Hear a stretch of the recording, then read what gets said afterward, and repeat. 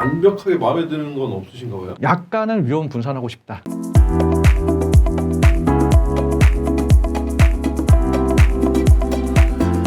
안녕하세요. 빌딩 셀러리입니다. 김 대리님께서 재밌는 걸 준비해 오셨다고. 가장 많이 매수를 문의 주시는 경우가 현금 10억 전후 뭐 아파트를 파신 이런 분들께서 매수할 수 있는 그런 건물들이 있냐 문의 주시는 사례가 요즘 가장 많은 것 같습니다. 보통 저한테 이제 매수 문의 주신 분들 중에서 한 10명 중에 7명 정도는 한 10억에서 한 15억 정도의 돈을 갖고 있는데 이 돈 갖고 이제 매입할 건물이 있는지 문의 주신 분이 제일 많으세요. 그래서 제가 준비해봤습니다. 3분기 중에서 네. 현금 10억을 가지고 있었을 때 매수가 가능했었던 어떤 건물들이 있었었는지 오늘도 5개를 제가 준비를 해봤습니다. 그러니까 살린 건물 중에서 왜 3분기를 조사를 하신 건가요? 만약에 저한테 현금 10억이 있었다라고 하면 제가 사고 싶었을 것 같은 그런 건물들로 조사를 하다 보니까 이제 3분기 가장 최근으로? 네, 맞습니다. 아, 그러면 10억 있으면 이런 건물을 사면 되겠네요? 저는 강력하게 추천을 드릴 수 있을 것 같습니다. 강남이 있나요? 강남은 없습니다.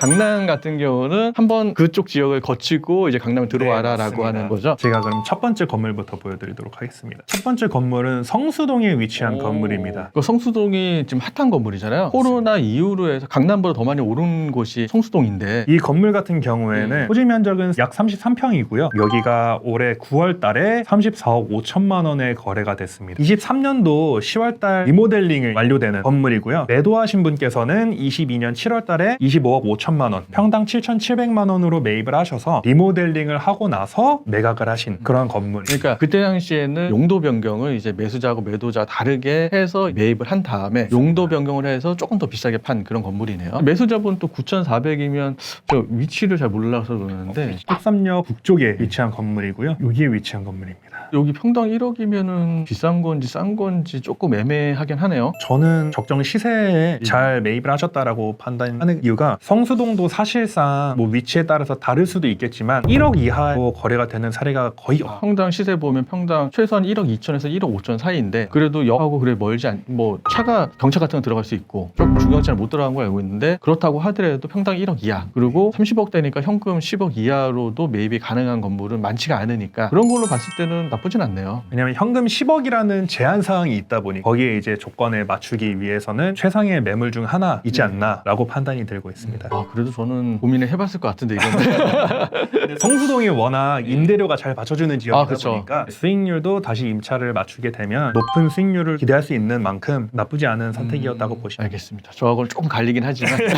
두 번째 그러면 사례 제가 보여드리도록 하겠습니다. 두 번째 사례도 역시 성수동에 위치한 건물입니다. 와, 땅이 20평밖에 안 되네요. 20.8평. 약 21평 중공업 지역에 위치한 건물이고 여기는 매매가 23억, 평당가로 했을 때는 1억 1천만 원에 거래가 된 건물입니다. 그쵸, 보통 시세가 이 정도죠. 여기 매도자분 같은 경우에도 19년도 9월 달에 7억 3,500만 원에 평당 3,500만 원에 매입을 하신 아이고야. 그래서 23억에 매각을 하시는 여기 같은 경우에는 책임 명도와 용도 변경까지도 매도자분께서 협의해 주시는 조건으로 매각이 진행된 건물입니다. 아, 이것도 정말 많이 올랐네요. 위치를 보여드리자면 뚝섬역 7번 출구에서 한 도보 3분 정도 거리에 위치한 건물입니다. 여기도 위치는 조금 애매하긴 하지만 제가 좋아하는 동네긴 해요. 왜냐면 저 같은 경우는 뚝섬역하고 서울숲역 이 사이에 있는 이쪽 공간을 가장 좋아하긴 합니다. 이쪽이 공시를 잘 안 날 만한 지역이니까 가장 좋아하긴 하는데 너무 안쪽이지 않을까라는 생각은 하네요. 이것도. 사실 성수동도 연남동과 비슷하게 골목골목 젊은 사람들이 MZ세대라고 하잖아요. 그런 사람들이 알아서 걸어다니면서 이용을 하고 즐기는 상권이다 보니까 여기까지도 상권이 확장이 되지 않을까 싶습니다. 두 개의 자료를 좀 보다 보니까 내가 현금 10억 갖고 있으면 솔직히 제가 원하는 스타일은 조금 검증이 되어 있는 그런 곳을 제가 좀 원했는데 어느 정도 좀 위험성을 감수하고 들어가긴 해야겠네요. 그렇게 보실 수도 있을 것 같긴 합니다. 왜냐면은 지금 현재 이 안쪽에 있는데 만약에 내가 돈이 좀 더 있었으면 바깥쪽에 있는 건물을 살 수도 있잖아요. 근데 현금이 적게 들어가는 대신 조금 좀 위험성 있는 곳에 투자를 할 수밖에 없겠네요. 그리고 성수동 같은 경우에는 굉장히 상급지임에도 불구하고 작은 평수의 대지들이 좀 어느 정도 있다 보니까 가능했던 거라고 보여집니다. 적은 금액 투자하기엔 나쁘진 않지만 조금 왜냐면 여기가 평당 1억 1천인데 내가 평당 1억 1천 주고 매입을 하면은 그러면은 나중에 팔 때는 그래도 평당 1억 5천까지는 생각을 할 거 아니에요. 취등록세 들어간 거 빼고 뭐 빼고 하면. 그러면 평당 1억 5천에 또 매입할 사람을 찾아야 되는데 골목이 조금 좁지 않나 생각은 하게 되네요. 근데 만약에 수익성에 받쳐준다면 그 금액에도 팔 수 있겠지만 저는 조금은 어허라는 생각은 들긴 하네요. 네. 그럼 다음 건물을 마음에 드는 거 안 나온 거 아니에요? 아, 그럴 수 있습니다. 다음 건물은 송정동에 위치한 건물입니다. 이건 번듯하고 괜찮은데요? 이 건물 같은 경우에는 연예인 홍진영 님께서 예. 매입을 하신 바로 맞은편에 있는 건물이 고소영 씨 건물. 이거는 건물이 와 깔끔하고 괜찮네요. 여기는 약 41평 정도 되는 건물이고요. 신축 건물입니다. 총 매매가는 35억에 거래가 됐고요. 매도하신 분 같은 경우에는 20년도 9월 달에 약 11억에 매입을 하시고 그러면 평당 2,600만 원 정도에 매입을 하셔서 올해 6월 달에 신축을 공사를 하고 나서 올해 8월 달에 매각을 한 건물입니다. 그러면은 11억에다가 건축비가 6억 5천 정도 예상됩니다. 제가 볼 때는 한 10억 정도 될 것 같은데요. 원래는 연면적당 한 1,000만 원 정도 보고 있는데 그렇게 되면 8억 정도 되는데 조그만 건물이면 평당 금액은 조금 더 비싸지거든요. 그렇게 봤을 때는 한 8, 9억 정도 되지 않을까라는 생각을 하네요. 그렇게 되면 이제 원가는 한 21, 2억 정도 되는 거고. 여기 이 건물 같은 경우에는 전체 신축이 완료되고 나서 임대가 아직 맞춰져 있는 건물은 아니고요. 홍진영님께서 매입을 하시고 나서 사옥 용도로 사용하실지 아니면 그냥 임대료를 돌리실지 추후에 좀 지켜봐야 알 수 있을. 이거를 사옥용으로 이용한다라고 얘기 듣긴 했는데 이거 되게 건물 반듯하고 괜찮네요. 위치를 보여드리겠습니다. 도로가 생각보다 상당히 넓어요 여기가. 네, 맞습니다. 예. 특히 다른 데는 좁은데 이 라인이 넓은 도로여서 유동인구도 생각보다는 좀 많은 상태였습니다. 여기가 가장 큰 단점이 역하고 거리가 좀 멀어요. 찾아오기가 쉽지가 않지만 그런 거 좀 감안하면 제가 볼 때 이거는 이 금액이면 투자를 하라고 얘기할 것 같아요. 홍재인 씨가 잘 샀네요.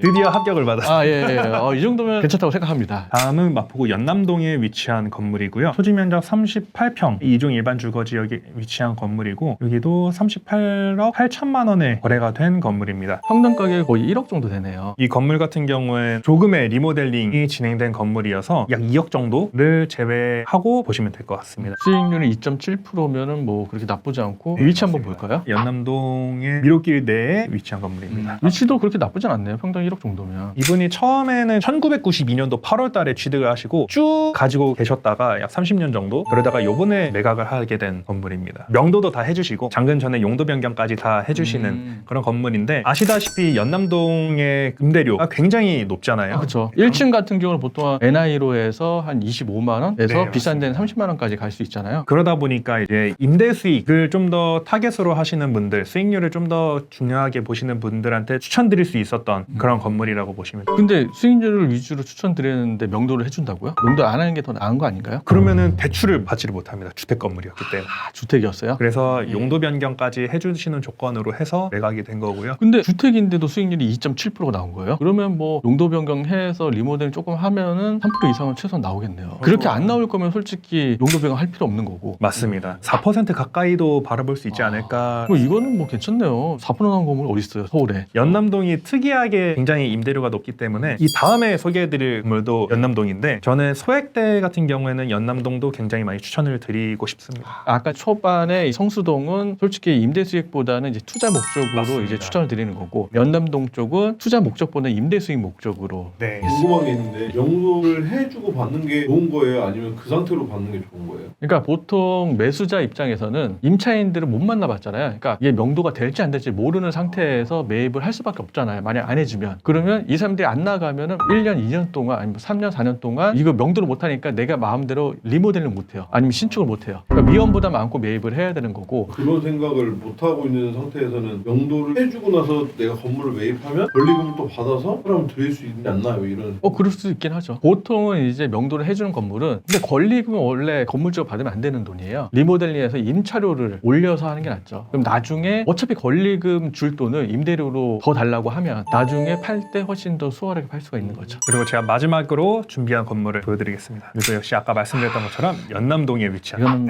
하는 건물이죠. 36평 이종 일반 주거 지역에 위치한 건물이고 29억 3천만 원에 거래가 된 건물입니다. 연남동 미로길에 위치한 건물이고요. 이 건물 같은 경우에도 명도와 용도 변경 다 해주시는 조건으로 진행이 됐던 건물입니다. 이 건물 같은 경우도 신축을 해야죠. 수익률도 4% 이상 나오고 이것도 만약에 제가 돈이 있으면은 공동 투자 형식으로 하면은 괜찮지 않을까라는 생각했던 건물이었거든요. 건물이었거든요. 단독 투자하기에는 조금은 애매하고 공동 투자했으면 할 수는 있었을 건물이에요. 저한테 말씀해 주시죠. 이거는 잘 사신 것 같아요. 저도 너무너무 부러워지는 건물인 것 같습니다. 이 라인 쪽으로 평당 1억 이하짜리가 없어요. 근데 평당 8,100이면 잘 사지 않았나. 아무리 경기가 안 좋고 가격이 떨어질 것 같다라고 많이들 예상을 하시겠지만 그럼에도 불구하고 이 정도 부지는 사야 된다라는 생각이 드네요. 그리고 임대료가 너무 탄탄하게 받쳐주고 있는 지역이다 보니까 그렇게 매매가도 많이 내려가지는 않을 것 같습니다. 떨어진다고 하더라도 받쳐줄 수 있는 그런 지역이라고 저는 생각이 됩니다. 주식 경우로 얘기하면 하방 경직성이라고 해서 내려갈 때 이제 움직이지 않는다, 받쳐주고 있다라는 얘기를 하긴 하죠. 아까 혼자 하기에는 부담스럽고 공동 투자하기에는 나쁘지 않다고 고민하면서 봤잖아요. 근데 그 다음에는 잘 사셨다고 이렇게 얘기한 거는 어떻게 해석해요? 단독 투자하기에는 솔직히 금액이 크진 않잖아요. 그러니까 20억대, 29억 3천인데 내가 현금 10억 가지고 혼자 투자할 수 있을 만한 건물이긴 하지만 솔직히 위험 부담이 좀 있어요. 이거 같은 경우는 신축도 하고 임차도 맞추고 여러 가지 해야 되기 때문에 차라리 소액 금액 만약 2, 3억씩 해서 한 3명 정도 맞춰갖고 수익도 분산이 되겠지만 위험도 분산이 되잖아요. 그러다 보니까 공동 투자로는 괜찮았던 건물이고 제가 혼자 사고 싶었던 건물은 위험이 있다고 하더라도 그 정도는 내가 충분히 다 감수할 수 있다라고 생각들었던 건물이고 그러면 이번 물건은 완벽하게 마음에 드는 건 없으신가 봐요? 약간은 위험 분산하고 싶다. 사기는 잘 사셨지만 조금은 혹시나 하는 그런 게 있으니 이런 건물 단독 투자하는 것보다 이런 건물 3개, 4개 정도를 공동 투자해서 올려서 이제 팔기는 괜찮은 거죠. 그럼 순서를 한번 정해주시면 괜찮은 물건. 준비한 사람이 김 대리님이 보실 때 제가 생각했을 때는 4번째 소개시켜드렸던 이 연남동 건물이 가장 제가 현금 10억이 있었다고 하면 가장 먼저 샀을 것 같은 이 1등입니다. 이게. 2번째는 이 연남동입니다. 연남동을 좋아하네요. 투자보다는 임대 수익이다. 성승동도 좋긴 하지만 저 같은 경우에는 조금 안정적으로 좀 임대 수익이라든지 이런 것도 받쳐주는 거를 좀 더 선호를 하고 있어서 다음번에도 있나요? 다음번에도 맡겨만 주신다면 네. 한번 열심히 준비를 해보도록 하겠습니다. 이상 빌딩 셀러리였습니다. 감사합니다.